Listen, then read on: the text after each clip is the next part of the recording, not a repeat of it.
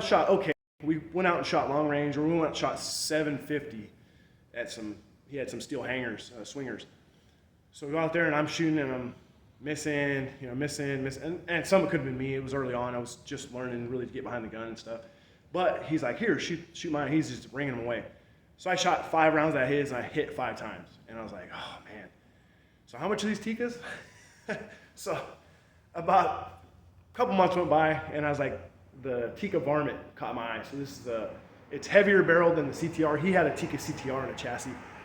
This is the Tikka Varmint, which is a heavier profile barrel, 24 inch. And I got it in 6.5 Creedmoor. Went ahead and just bit the bullet. And he convinced me, he's like, hey, give me the pros and cons. He's like, go 6.5, So I did. I built this thing, shot a lot, and this originally had a Magpul bipod on it. And I shot a lot with that bipod, and I shot a lot of good groups with it. Went out shooting swingers at 750 and was just killing it. This thing was awesome. The scope's an awesome scope. It's second focal plane, which all the Arkans are first focal plane. So the reticle is only accurate at 22 power. It's 5 to 22, and so it's only accurate at max value. So it's kind of a bummer. I didn't know back then, the difference between first and second and stuff. It still works great. Everything's good. The turret's obviously track. It's a Night Force. It's great glass. Awesome scope. But for the money spent, looking back now, I would like to have built, 2 full rifles almost for what I spent on the scope. These scopes are really, really spendy. They're a nice piece of equipment. It'll last me on my lifetime. I could probably hand it down to my kid, and it'll probably last his lifetime. It's definitely a good piece of gear that didn't go anywhere. When I did trade off the Remington, of course, the scope came off and found a new home on this Tikka, because it's probably not something I'll ever be able to pony up and buy again. So I'm gonna hang on to this one. So you can go kind of mile of the wild. There's a lot more money in this gun. That's not really necessary to go out and have fun. Is what I want to say is you don't have to spend the money like this to go out and have fun. What's nice about this though, it does have kind of a chassis system. You can, same thing, you can set your length of pull, you can set your cheek riser and everything, get it where it's completely comfortable for you. This has a spring in it, and this trigger is actually absolutely ridiculous. It's empty, but if you can see that, it's probably under a pound. In fact, it's probably a disadvantage, because it seems to go off. You want to capture your trigger on when you're shooting long range and not slap it or bang it or let your finger off. You want to come back, and it almost goes off before I can get enough tension on my finger to come back to meet the recoil. So I'll probably have to see if I can't turn that up a little bit. It's adjustable, and I don't think it's that far out. It's just that spring is really light. But this is also a great setup. It's going to cost a whole lot more money than the Ruger, and it's going to have basically the same results. Like I showed you, this is from that Tikka, so it doesn't shoot considerably better than that Ruger. It ain't like I showed you a group that's 2 inches with the Ruger and half an inch with this Tikka. They're shooting about the same, if not that Ruger, maybe shooting a little better, at least with me shooting it. And it could be just because I'm more comfortable on that Magpul stock, it seems like, than I am with this. I got it set up for me, pretty good. It fits me. I just feel a little more comfortable with the rear bag and everything going with that Ruger stock. So that's another option if you want to kind of buy once, cry once. I can't say anything really bad about Tikka. Tikka is an awesome rifle. They're very consistent. My hunting rifle's a Tikka. My wife's hunting rifle's a Tikka. They all shoot. I haven't really ever seen anybody that had a Tikka that didn't shoot. That was a really great shooter. So they're very consistent. If you want to go super budget, or if you have a deer rifle already, this is a Tikka in 6.5. This is just a light, Tikka light. This scope I run on here is my hunting scope. It's a 3 to 15 Leupold VX5 HD. And with this turret, it'll give you 2 spins with this CDS turret, because it's got a 0 stop in it and stuff. But it gives you 20 MOA per revolution. So you get 40 MOA. So 40 MOA will get you way out to 1,000, past 1,000 with 6.5 Creedmoor. So this right here would be a 1,000-yard gun with no problem. The only thing is it's just harder. It's a little harder to shoot. It requires more from the shooter. Your posture has to be perfect. Everything has to be, the setup has to be perfect because there's no break. It's a light gun. It's going to recoil, when it fires. You don't have adjustable cheek pieces or whatever. I just put this foam to get my cheek height right. But this can be done. I mean, you can definitely ring steel. You won't be able to shoot as many rounds consistently before the barrel heats up. I'd say, about a 5 round is probably max till you let it cool. But it's going to get there. It's just doesn't look as cool as far as long range gun goes, but it's a good way to start if you already have a base rifle. If you already have a deer rifle, you're shooting even in 308, it'll get there. You just got to have the scope with enough adjustment to get out there. Another thing is magnification seems to be kind of, for new shooters, think they have to have huge magnifications on scopes to shoot 1,000. Well, I can tell you on all the 525s I have, the 624s, anything goes over 20, I generally shoot about 15, 16 magnification, 15, 16 times magnification when I shoot 1,000. That's all I need because I like field of view and I want to see my misses. You want to see the splash. You don't want to see where that target fills up your whole scope. There's no need for it. And it seems kind of funny until you do it, but when you're maxed out at 25, it's, to me, not as easy to shoot. For me, my eyes are still pretty decent as it is at 16, 15, 16 power. I want to see where that splash goes if I miss. And then I can grid it, see where it's at, pull up for, do that compensation, whatever it is, usually windage, usually left or right because I'm not that great at reading the wind.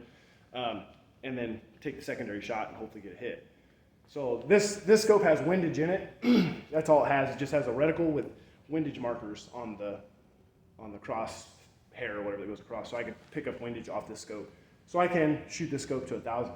And it's a good, I say entry level, but Tikkas now are pretty expensive. They used to kind of be the hidden value in rifles, but Tikkas went up and everything else I think came up as far as accuracy goes. But Tikkas are really hard to beat how smooth the actions are. I mean, these things are like glass, where you get some of the other, especially like a Savage, that's kind of real clunky. The bolt gets back here and it wobbles, These Tikkas are just like glass. They're awesome, awesome guns, but they came up in price lately. I'd say I don't know what street price is on them anymore, but they're probably close to $800 for just a Tikka Light. Their CTR series is also a great rifle. In fact, I would like to own one day in a 24-inch 6.5 with a Tikka CTR. I just hadn't got the funds to pick one up at this time, but one day I'd like to have one, the CTR. Another route to go. This was a Ruger Predator. Started off life as just a standard Ruger Predator. I happened to walk in a shop that had one during COVID when everything was kind of sold out. Walked in, they had it. I paid $4.99 for it without the stock. It comes in just a regular green stock. And that stock, when you buy it, kind of a lower end rifle or a lower priced point rifle, they have to kind of skimp somewhere. And it's generally the stocks. The stocks is usually the spot that they save the money. The barrels are usually good, actions are good, triggers are usually okay, or you can put a spring in them for $10 and fix them. But the stocks are fairly soft. Same thing with this Predator. Once you put it on a bipod, you could squeeze it down and get it to touch where you couldn't slide paper or it wouldn't free float anymore. So I bought the Magpul Hunter setup. And if you guys are looking for accessories, especially like these stocks, anything Magpul, I would suggest Lanbos, Lanbos Armory. Lanbos Armory. I don't know why they're not talked about much. I don't have any sponsorship with them. They have no clue who I am. But they're generally cheaper than anybody, even on sale prices usually. They definitely blow Brownells and all those guys out of the water as far as prices go, especially on Magpul. Check them out before you buy. At least give them a shot, see what they got, or see if it's cheaper than what you can get it for.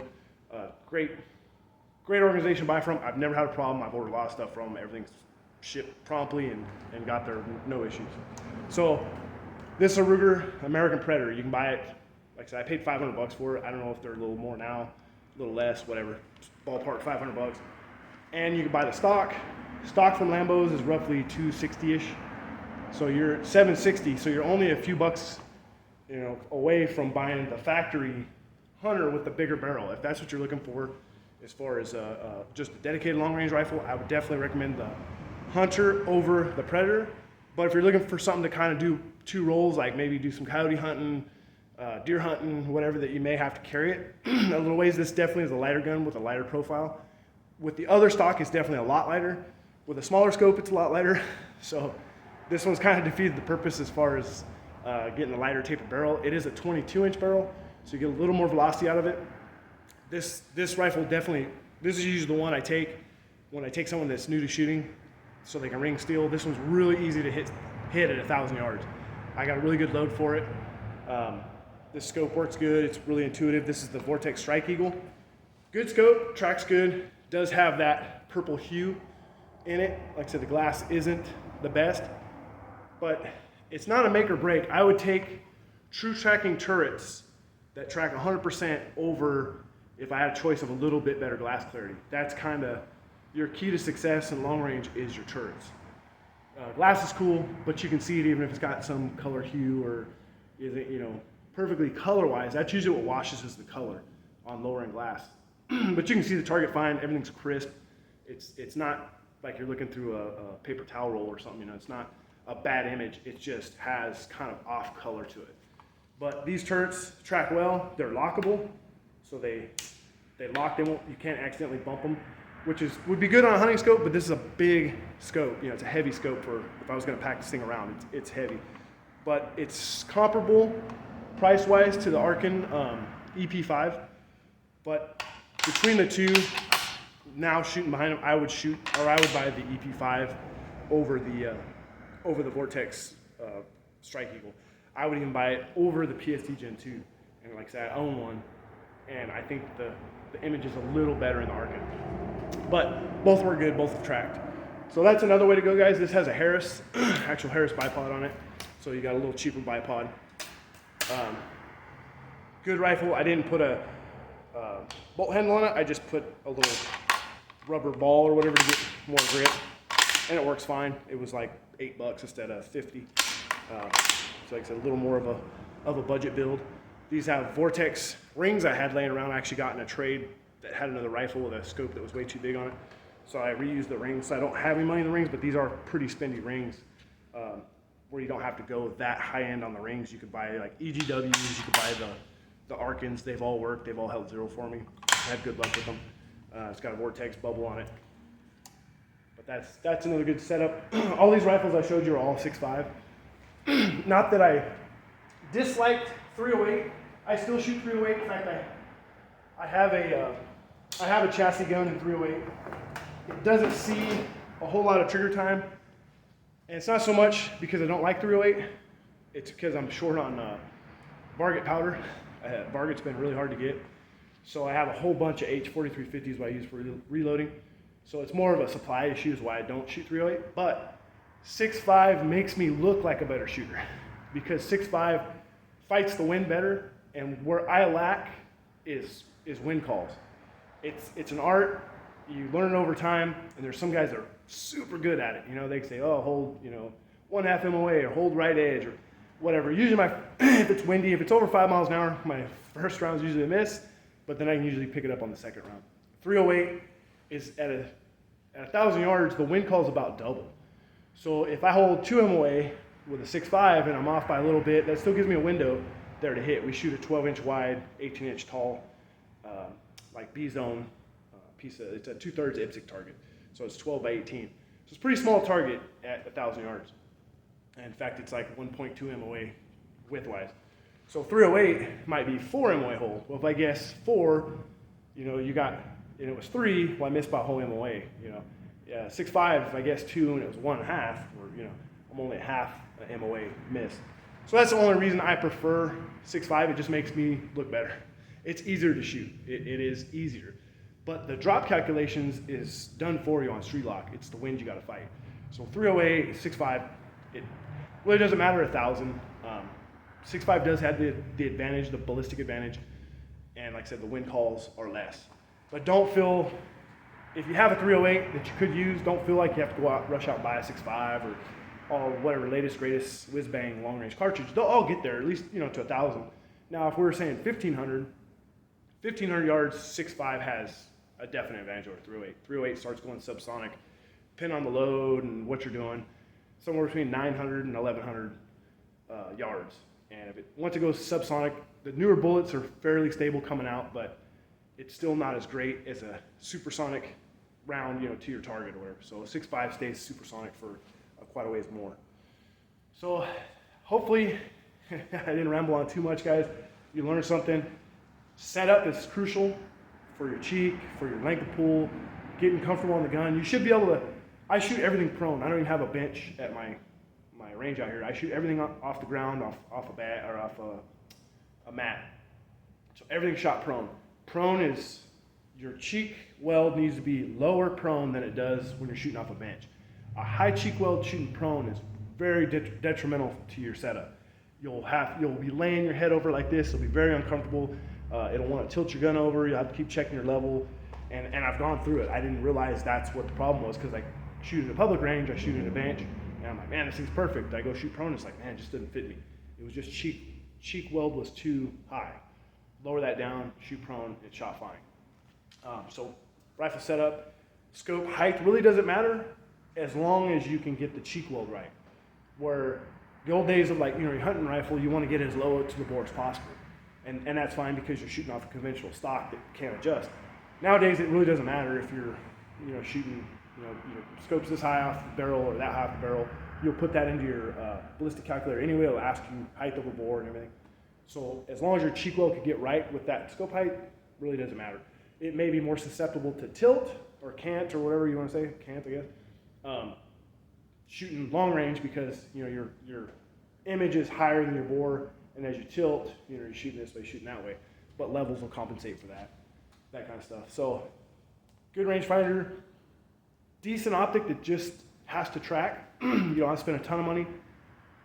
Most modern rifles now are well beyond accurate enough to shoot 1,000 yards. So don't feel pressed into buying something super high end thinking you have to have it. But nice guns are nice guns. I ain't gonna hate on you there. But that's about it, guys. I don't want to get into reloading side of it. That's a whole separate video, and I could rant forever about that and the processes I do and have learned and stuff, doing load development, whatever. Good ammo now is great, but if I can't build better ammo than I can buy, I'm just gonna buy ammo because I don't want to waste my time. It takes a lot of time, a lot of effort to develop loads and do hand loading. And like I said, if I can't be better than what I can walk down and buy a box of Hornady for, I'm going to buy a box of Hornady. But it's not bad ammo. I keep some on hand just for reference, usually for measurements or for getting velocities or something out of a new rifle, what factory speed is or whatever to judge by my hand loads. But you can find it. It's great ammo. Hornady 140 ELD match bullets I've had great luck with. 140 boat tail hollow points I've had great luck with. I try to stick to I've shot 147s. I didn't shoot those a whole lot. My shooting buddy shoots 147s and he has great luck with them. He hand loads. But any offerings from Hornady, Sierra, anything like that high-end match ammo is going to get you there. Just know that if you buy the cheapest ball ammo or like Sailor and Bellow ball ammo, that it's not going to be super consistent if you're shooting out to 1,000. It's fun to bust, shoot 100 yards with, whatever, see what kind of groups you can get, but just know that's a big factor in shooting far, is a good standard deviation, a good extreme spread. Extreme spread is the highest and lowest shot in that shot series. If you can get it below 20, you're doing awesome. SD is the standard deviation, what you expect each round to be different as, and if you can get it under 10, that's awesome too. But just know it's not a huge factor if that gun shoots that load good and it's factory ammo. Sometimes will have an extreme spread of maybe 30, sometimes 40, just depending on the gun. It's not the end of the world. It's still not crazy at 1,000. Once you start getting past 1,000, it calculates up. So anyways, guys, buy good ammo if you're gonna shoot long range. Zero rifle good. Download Strelok or some other program. Try the free version first. Dip your toe in the water. If you like it, buy it. They have a plus and a pro or something. One's $5-6, one's like $12. I got the pro. Awesome setup. It's got a lot more features in it.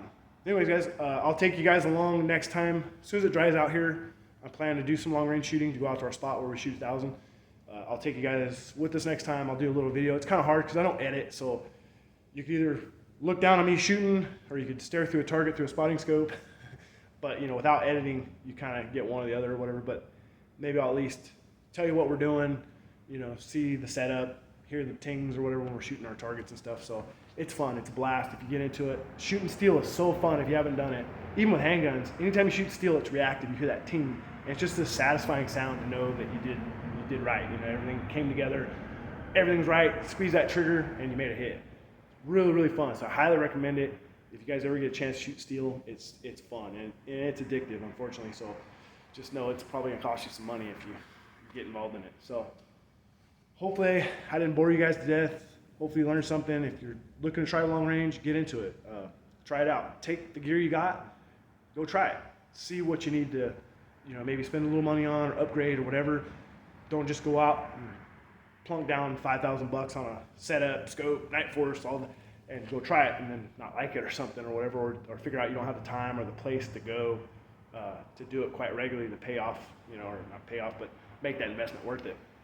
So anyways, guys, I'll see you on the next video, and hopefully it'll dry out here soon and we can do some shooting. All right, thanks for listening to me ramble. See you guys in the next video.